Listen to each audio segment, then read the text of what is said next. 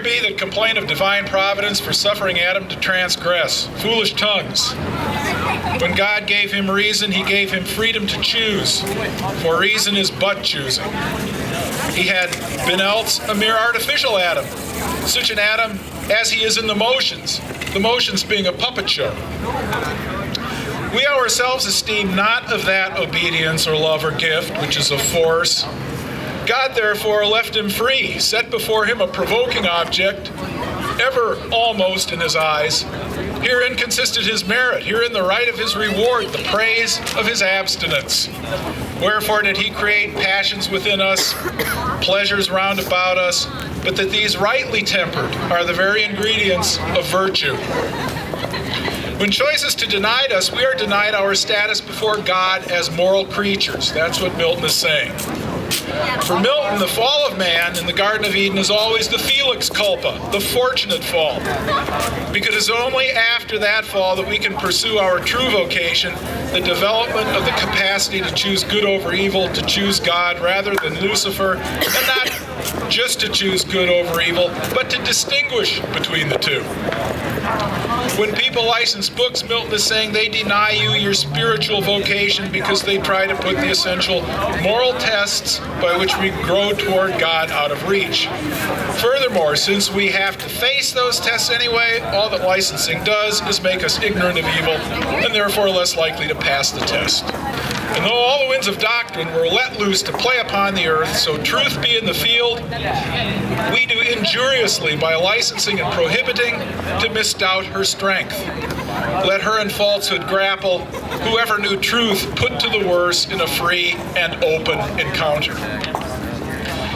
This is perhaps the most controversial aspect, most controversial passage of Aeropagitica, because of Milton's great confidence that if truth gets onto the field, it will win. And you can understand why he's that confident, because it hasn't happened before. It hasn't happened in 1,600 years. It hasn't happened since democracy in Greece that things have opened up the way they did in 17th century England. So Milton really believes truth will win. This is echoed by famous Americans. And now you can go, I think, probably to the back page of your handout. Thomas Jefferson, in his inaugural address. Error of opinion may be tolerated where reason is left free to combat it. Oliver Wendell Holmes, in a famous dissenting opinion.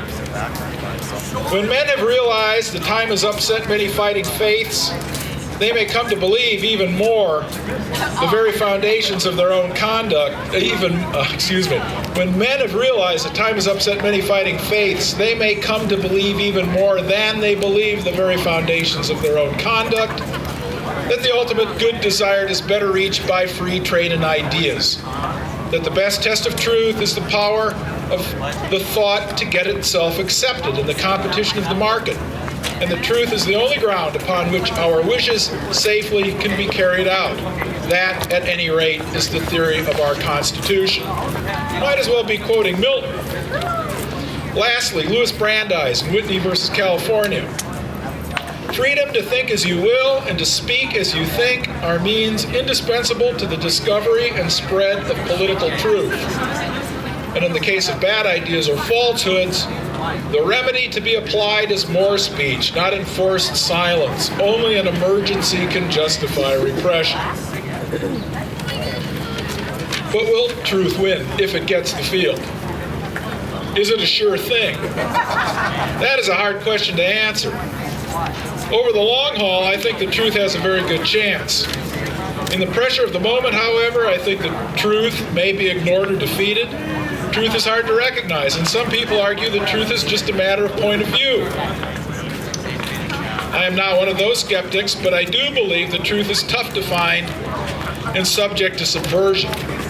Lincoln recognized this.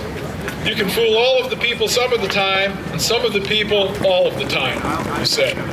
His faith was that you couldn't fool all of the people all of the time. One thing I am sure of, if truth is not allowed onto the field at all, it will not have a chance. And that brings me to the last thing I want to talk about, truth in the Fresno State budget crisis.